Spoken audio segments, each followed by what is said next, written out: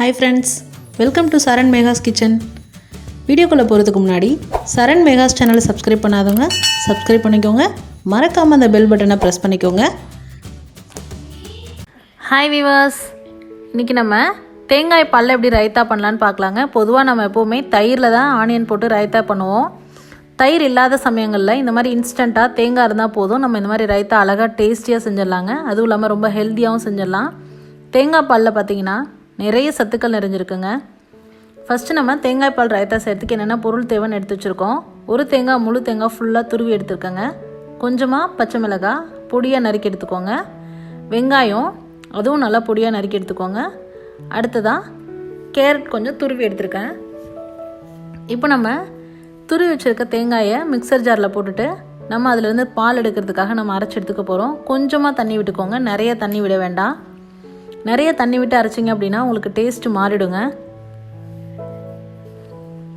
அதே மாதிரி எடுக்கும்போது பார்த்திங்கன்னா ஃபஸ்ட்டு பால் மட்டும்தான் நம்ம எடுத்துக்கணும். அப்போ தான் உங்களுக்கு வந்து ரைத்தா வந்து டேஸ்ட்டாக இருக்கும்.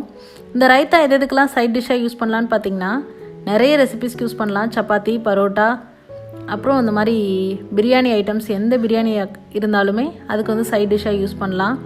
அப்புறம் கொத்து சப்பாத்தி, கொத்து பரோட்டா, இந்த மாதிரி ஐட்டம்ஸ் எல்லாத்துக்குமே நம்ம இது சைட் டிஷ்ஷாக யூஸ் பண்ணலாம்.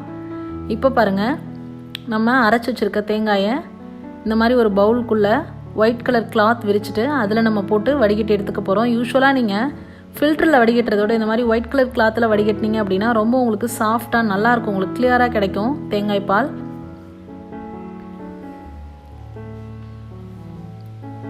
குழந்தைங்கள்லேருந்து பெரியவங்க வரைக்கும் நல்லா விரும்பி சாப்பிடுவாங்கங்க. யூஸ்வலாக எப்போவுமே கர்ட் யூஸ் பண்ணி நம்ம ரைத்தா பண்ணுறதுனால அதில் வந்து புளிப்பு சுவை இருக்கும். இதில் வந்து இனிப்பு சுவை இருக்கிறதுனால குழந்தைங்கள்லேருந்து பெரியவங்க வரைக்கும் எல்லாருமே விரும்பி சாப்பிடுவாங்க. இதை சாப்பிட ஆரம்பிச்சிங்க அப்படின்னா நம்ம அந்த ரைத்தா போடவே மாட்டோங்க, அந்தளவுக்கு இது டேஸ்டியாக இருக்கும். கண்டிப்பாக ட்ரை பண்ணுங்கள், ரொம்ப ரொம்ப ஹெல்த்தியும் கொடுங்க. இப்போ பாருங்கள், நம்ம ஒரு தேங்காயிலேருந்து தேங்காய் பால் எடுத்தாச்சு. நல்லா திக்காக இருக்கணும், உங்களுக்கு பார்க்கும் போதே தெரியும் நான் நினைக்கிறேன். எந்த அளவுக்கு திக்காக இருக்கோ அந்தளவுக்கு உங்களுக்கு டேஸ்ட் நல்லா இருக்குங்க. இப்போ கொஞ்சமாக தேவையான அளவு உப்பு சேர்த்துக்கிட்டேன். அடுத்ததாக நம்ம நறுக்கி வச்சுருக்கக்கூடிய வெங்காயம் உங்களுக்கு எந்த ஷேப்பில் வேணுமோ அந்த மாதிரி கட் பண்ணிக்கோங்க. அடுத்ததாக துருவி வச்சுருக்க கேரட், அப்புறமா பச்சை மிளகாய், இது எல்லாத்தையும் சேர்த்து நல்லா மிக்ஸ் பண்ணிக்கோங்க.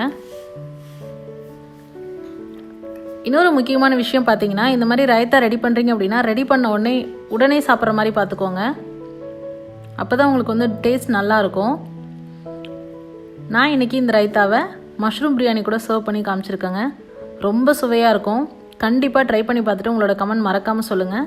இது போன்ற ஹெல்தி ரெசிபீஸ்க்கு மறக்காமல் சரண் மேகாஸ் சேனலை சப்ஸ்கிரைப் பண்ணுங்கள்.